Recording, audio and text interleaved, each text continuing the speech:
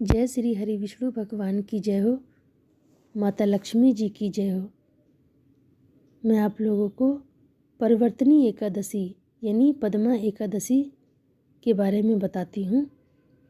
भाद्रपद माह के शुक्ल पक्ष की एकादशी तिथि को परिवर्तनी एकादशी यानी पद्मा एकादशी का व्रत रखा जाता है। एकादशी का व्रत भगवान विष्णु को समर्पित है। इस दिन श्री हरि की पूजा करने विष्णु जी की विशेष कृपा प्राप्त होती है। परिवर्तनी एकादशी के दिन भगवान नारायण के साथ माँ लक्ष्मी की आराधना करने से शुभ फलों की प्राप्ति होती है। घर का भंडार सदैव धन्य धान्य से भरा रहता है और मान्यता है कि परिवर्तनी एकादशी के दिन भगवान विष्णु की विधि पूर्वक पूजा करने से सभी तरह के पापों से मुक्ति मिल जाती है। परिवर्तनी एकादशी को पद्मा एकादशी भी कहा जाता है। परिवर्तनी एकादशी की व्रत की तिथि बताती हूँ। हिंदू पंचांग के अनुसार भाद्रपद माह के शुक्ल पक्ष की एकादशी तिथि का आरंभ 13 सितंबर को रात 10:30 से होगा।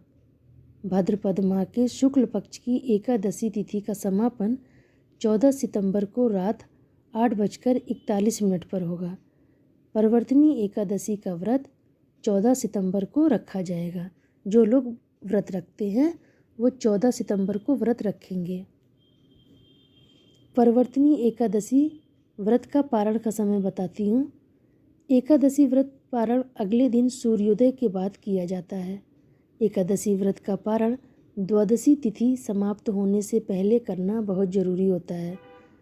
द्वादशी तिथि के अंदर एकादशी का पारण न करना पाप के समान माना जाता है। परिवर्तनी एकादशी व्रत का पारण 15 सितंबर को किया जाएगा।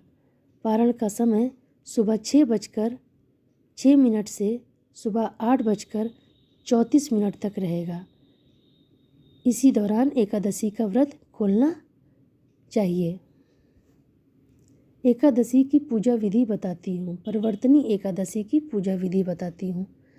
शास्त्रों के अनुसार पद्मा एकादशी यानी परिवर्तनी एकादशी के दिन आप जल्दी उठ जाइए, घर को साफ सुथरा कर लीजिए, स्नान आदि से निवृत्त होकर भगवान विष्णु के वामन अवतार का ध्यान करते हुए उन्हें पंचामृत से स्नान करवाएं। इसके पश्चात गंगा जल से स्नान करवाकर कुमकुम, अक्षत, पीले पुष्प, चंदन, तुलसी पत्र आदि से श्री हरि की पूजा करें। वामन भगवान की कथा का श्रवण या वाचन करने के बाद दीपक से आरती उतारे एवं प्रसाद सभी में वितरित करें। पुण्य फलों की प्राप्ति के लिए भगवान विष्णु के मंत्र ओम नमो भगवते वासुदेवाय का यथासंभव तुलसी की माला से जाप करें। शाम के समय भगवान विष्णु के मंदिर अथवा उनकी मूर्ति के समक्ष भजन कीर्तन करना शुभ माना गया है। पद्मा एकादशी का यानी परिवर्तनी एकादशी का धार्मिक महत्व बताती हूँ। इस एकादशी पर भगवान विष्णु सहित देवी लक्ष्मी की पूजा करने से जीवन में धन और सुख समृद्धि की प्राप्ति होती है। परलोक में भी इस एकादशी के पुण्य से उत्तम स्थान मिलता है। पद्मा एकादशी के विषय में शास्त्र कहता है कि इस दिन छाता, जूते, चावल, दही, जल से भरा कलश चांदी का दान करना उत्तम फलदायी होता है। जो लोग किसी कारणवश पद्मा एकादशी का व्रत नहीं कर पाते हैं उन्हें पद्मा एकादशी के दिन भगवान विष्णु के विभिन्न अवतारों की कथा का पाठ करना चाहिए। विष्णु सहस्त्रनाम एवं रामायण का पाठ करना भी इस दिन उत्तम फलदायी माना गया है। इस व्रत को करने से हमें क्या फल मिलता है वो मैं बताती हूँ।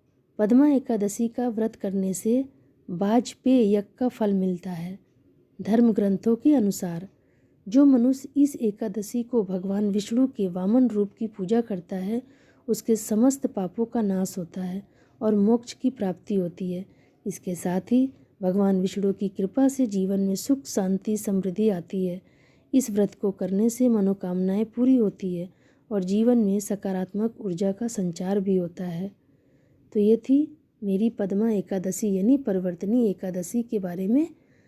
एकादशी के व्रत की तिथि, पारण का समय, पूजा विधि और पद्मा एकादशी के धार्मिक महत्व जो आप लोगों को सुनकर बेहद पसंद आएगा, मुझे उम्मीद है। जय श्री हरि विष्णु भगवान की जय हो, माता लक्ष्मी जी की जय हो, ठाकुर जी की जय हो। धन्यवाद।